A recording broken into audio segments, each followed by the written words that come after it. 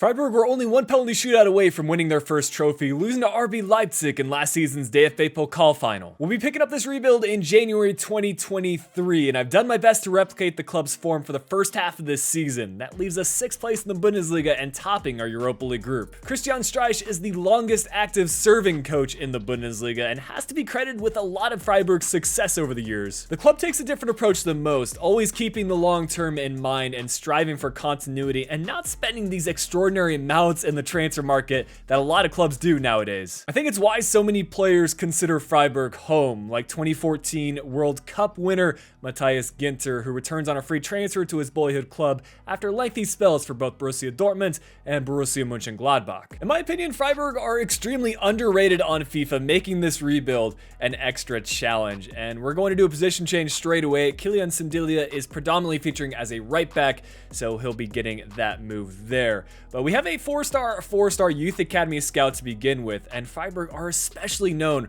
for giving these young players a chance. I think the biggest move as of late is Nico Schlotterbeck, who is a product of Freiburg's academy, made that big move to Dortmund just in the summer. So for this first season, we'll be setting up a network in Germany for 9 months, searching for any type of player to add to our already existing homegrown talent.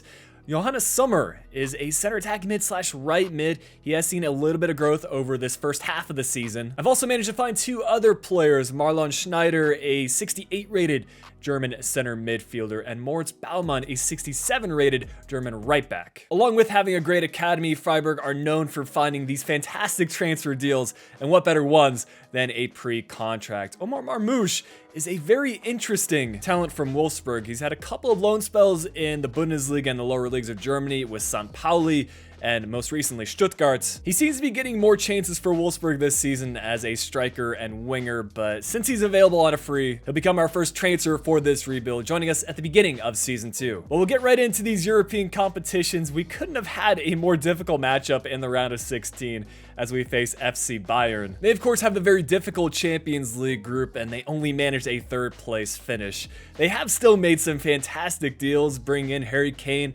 as what I'm assuming is a Robert Lewandowski replacement. And the scoreline showed that, a 2-0 loss in the away leg and a 2-2 draw in the home fixture, meaning that we lose 4-2 on aggregate, and we're going to fast forward all the way into the final Bundesliga match day against Dortmund. The significance of this match has to do with what competition we'll be in next season. If we can make the jump up to 6th, there's a chance we can get Europa League. If we finish 7th, that will mean Conference League. Also some good storylines as we see Schlotterbeck facing against his former team, and the same can be said about Ginter. Signal Iduna Park is one of the toughest grounds to be playing at. The support is unmatched, and we'll certainly need to put in our best performance if we want any chance of Europa League football once again in Season 2. But we'll get started with a good attacking highlight. Gunter pushing up from his left back position, and you can see how much we use our wingers and wide players in this Freiburg team and tactics. But a couple of good stops from Dortmund to keep the match level, and a mistake out of the back will lead to an opportunity for BVB, and it's Julian Brandt to score the goal. 63 minutes in, and now we have a deficit to come back from. We'll go ahead and make a substitution, actually 2 substitutions, with Schlotterbeck matching up against his brother as we make that defensive change. But a good stop from the back with Flecken.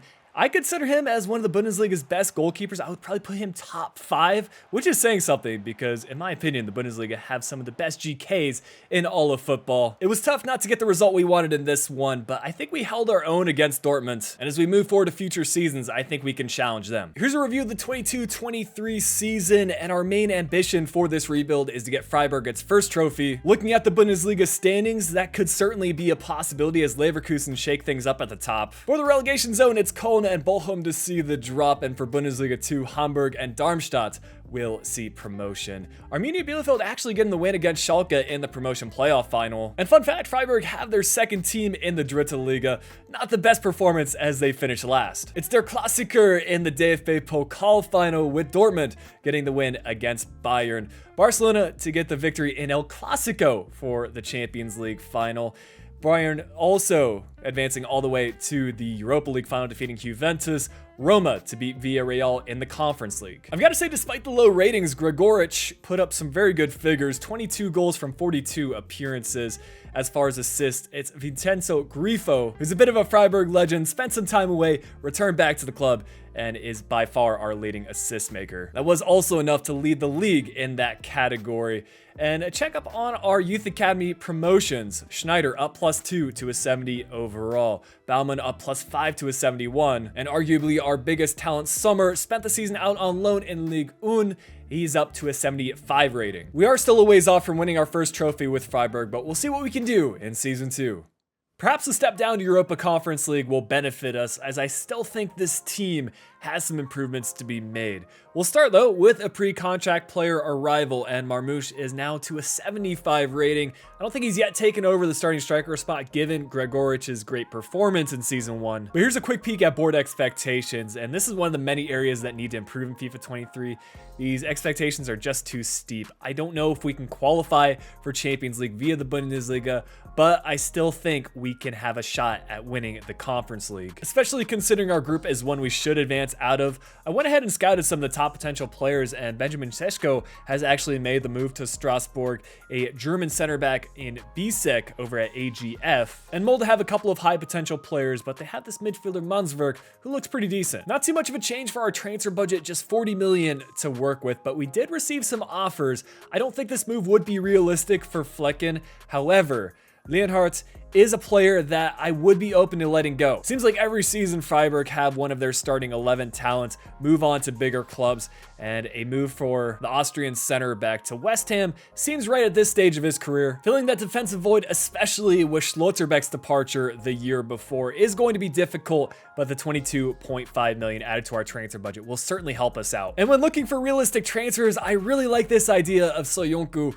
returning back to Freiburg like so many other players have done before him. He featured for the German side for 2 seasons from 2016 to 2018, then made the move to Leicester, but unfortunately it doesn't seem like he is part of Brendan Rodgers' plans at the moment. When things are all said and done, we'll be able to acquire him for 12.5 million, which is significantly under his 18.5 million evaluation, which is essentially the definition of a Freiburg transfer. We'll look to keep that going with our next move. Mikhail Sadilek is a Czech center defensive mid, playing at Twente, and he is a product of PSV's Youth Academy. We do love a real face scan in-game. Can't say I've ever featured him in a rebuild, which is a lot of what I'm trying to do here in FIFA 23, trying out different players. And to be fair, Freiburg do sign a good amount of players from the Eredivisie, especially ones with ties to PSV.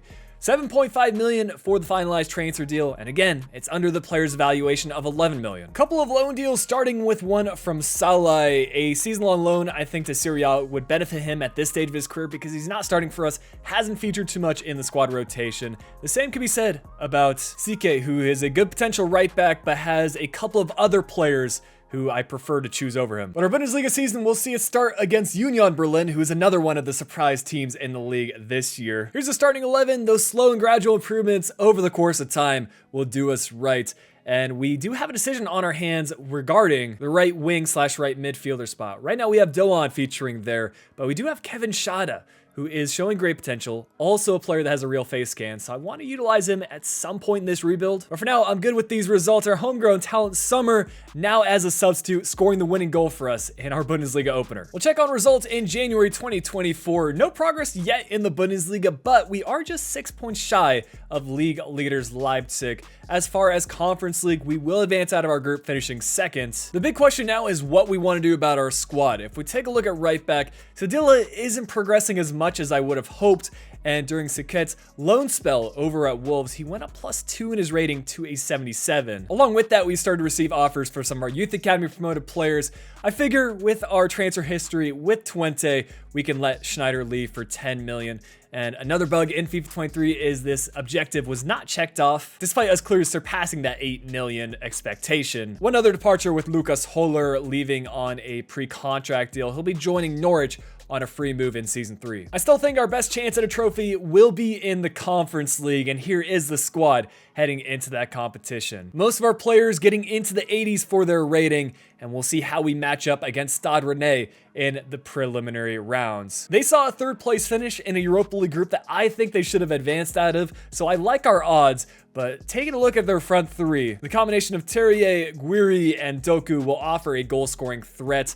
We also will manage to score goals. A 3-1 win in our home fixture and a 1-0 loss in the away leg means that we will advance on aggregate through to the round of 16 against Club Brugge, who still have Noah Long at this stage of the rebuild. Thought he might have moved on to one of Europe's top 5 leagues. But our defense will headline the show in our home fixture. A 1-0 win and a 2-1 result away from home means that we are through to the quarterfinals, and the opponents are going to start getting more difficult. Lazio have managed to keep Ciro Immobile, who typically moves to the Premier League, at least in my experience for career mode this year. To make matters worse, Maximilian Eggestein, who starts for us in the midfield, is out for 3 months, practically the end of the season. So we'll call upon our homegrown talent Sommer, who scored that goal in the Bundesliga opener. Maybe he can do the same in the latter stages of Conference League. A 1-1 draw in the opening fixture and another draw in the second leg, but on penalties we will advance 4-2.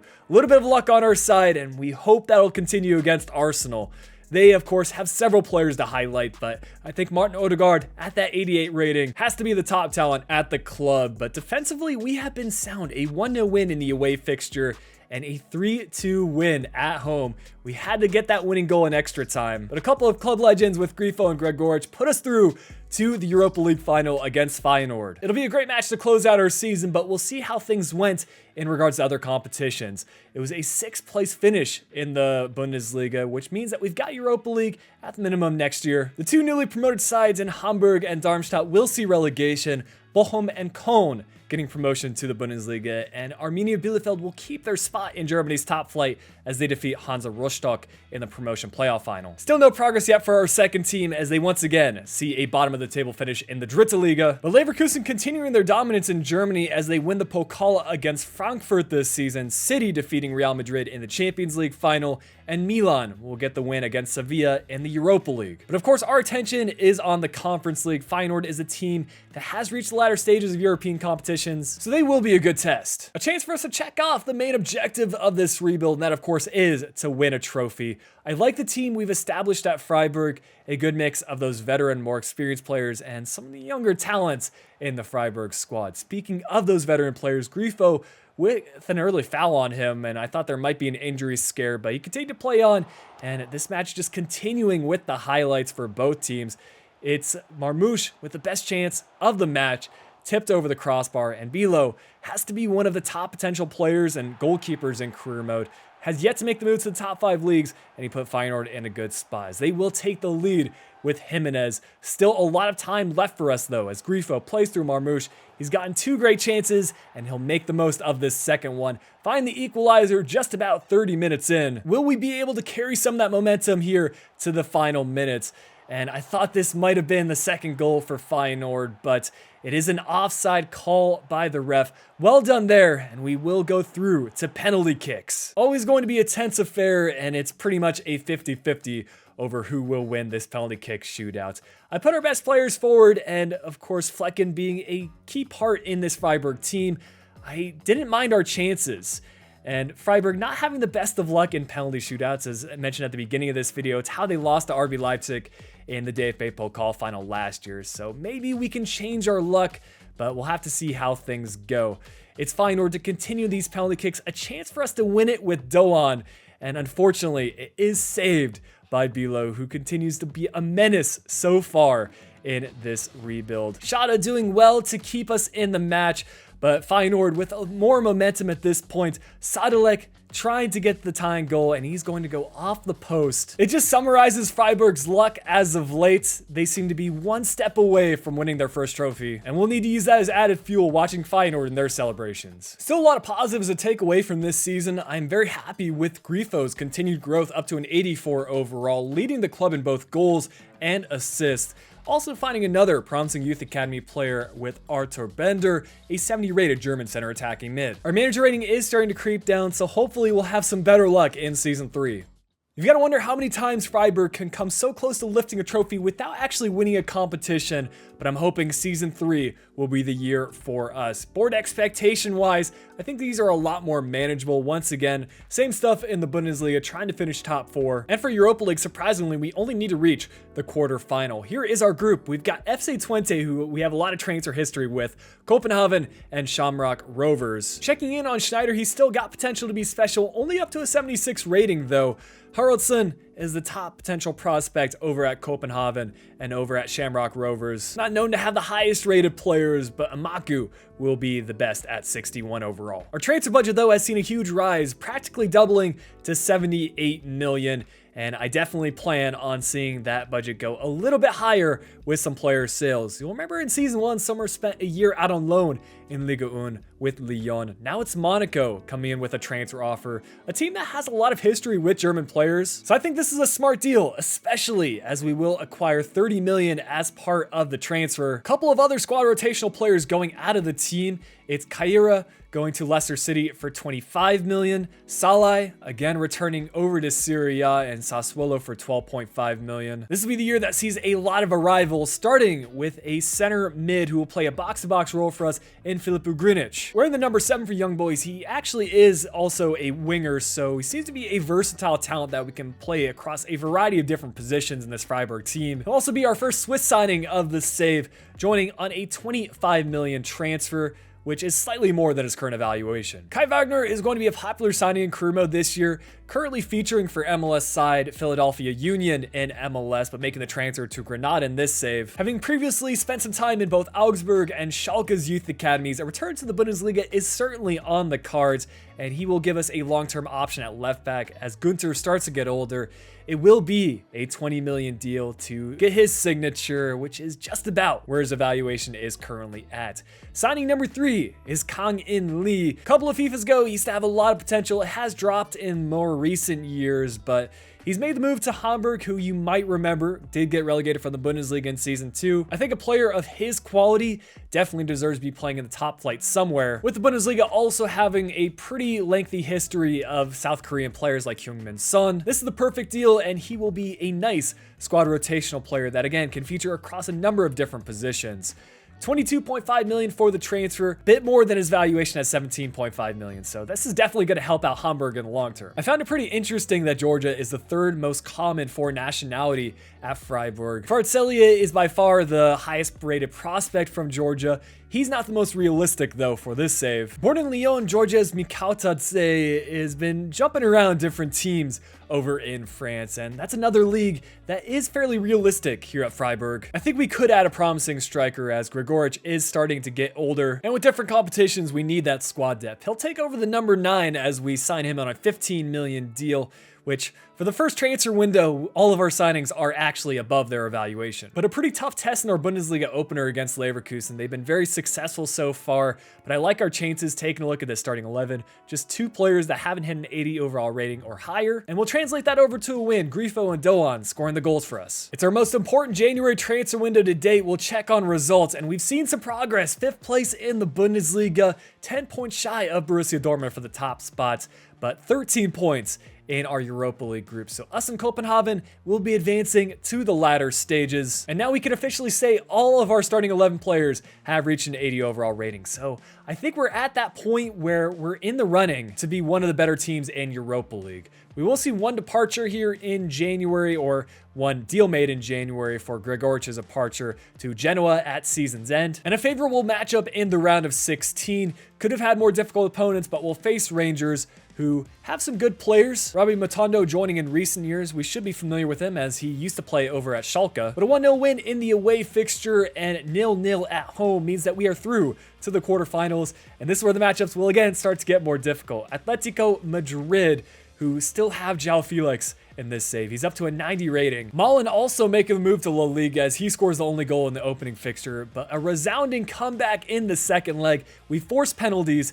and it seems on these simulations we have good luck here as we get the win and advance over to the semifinals against Leverkusen. I think it's the team that we've seen the most matchups against from the Bundesliga. Clearly, they're one of Germany's top sides as David Alaba sees his return to the Bundesliga at 86 overall. But a 2-1 win in the away fixture and 1-0 at home means that we advance 3-1 on aggregate and we'll get another chance in a final against Juventus. They've already lost the Europa League final, so I think they have more experience on their side. But take a look at the other standings, a 7th place finish in the Bundesliga with relegation spots going to Werder Bremen and Mainz. Both Nuremberg and St. Pauli will see promotion to Germany's top flight, and Union Berlin keeping their place in the Bundesliga as they defeat Greuther 4th. Some progress for SC Freiburg too, as we are no longer the last place team in the Dritte Liga, up to 13th. But it was a rematch for us against RB Leipzig in the 3rd round of the DFB Pokal, losing again on penalties with FC Köln defeating Mönchengladbach in the final. PSV surprisingly making it to the Champions League final, but losing to PSG.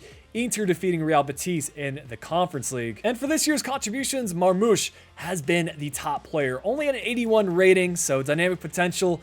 Seems to be one of the biggest issues with career mode right now. Would have liked to see him in the mid to upper 80s. And the same can be said about some of our departing players. Lainhart didn't see much growth over at West Ham, still at a 79 overall. And Sommer also at a 79. As he still stays at Monaco. Ratings-wise, we are definitely not the favorites going into this Europa League final, but I think this is where Freiburg excels when they don't have that pressure on themselves. It's our second chance so far in this rebuild at a trophy, and the stages continue to get a little bit more difficult. I think if we manage to achieve a Europa League win, that would be a huge success at Freiburg. I mean, any trophy would be a big win for the fans, and we do end up getting the first couple of highlights in this one. We're into the second half already, and Doan unable to beat Chesney. 2 really good chances for him to open up the scoring, but we're going to make a change. Grifo being brought off for Wagner, who will shift to a left back role, Gunter moving up to left mid. And off a set piece, we keep the ball in Juventus's final third, and we will finally get that goal. It is Marmoush, who has been the hero of this rebuild since taking over at the striker spot. A really good finish to the far post. No way that Chesney can get to that one. That did not stop Juventus from trying to get the equalizer. Just 10 minutes remaining. Can we hold on? And Flecken continues to make stops. There in the 80th minute, and once again, he will collect in the 85th. We're trickling down to the final moments of this match, and the ball will go out of play. It means Freiburg have finally done what many thought would be improbable. They've won a trophy at one of Europe's biggest stages. Personally, I'm really happy with how this rebuild went, keeping a lot of Freiburg's most important long-term players like club captain Gunter. And it's probably the approach I'll take long-term in FIFA 23, at least until dynamic potential is fixed. Not always having winning a Champions League as the end goal for a rebuild. Leave a like if you enjoyed this content, subscribe if you're new around here, and drop a comment what rebuilds you'd like to see next. But until next time, this has been Flick. I'll be talking to y'all again soon.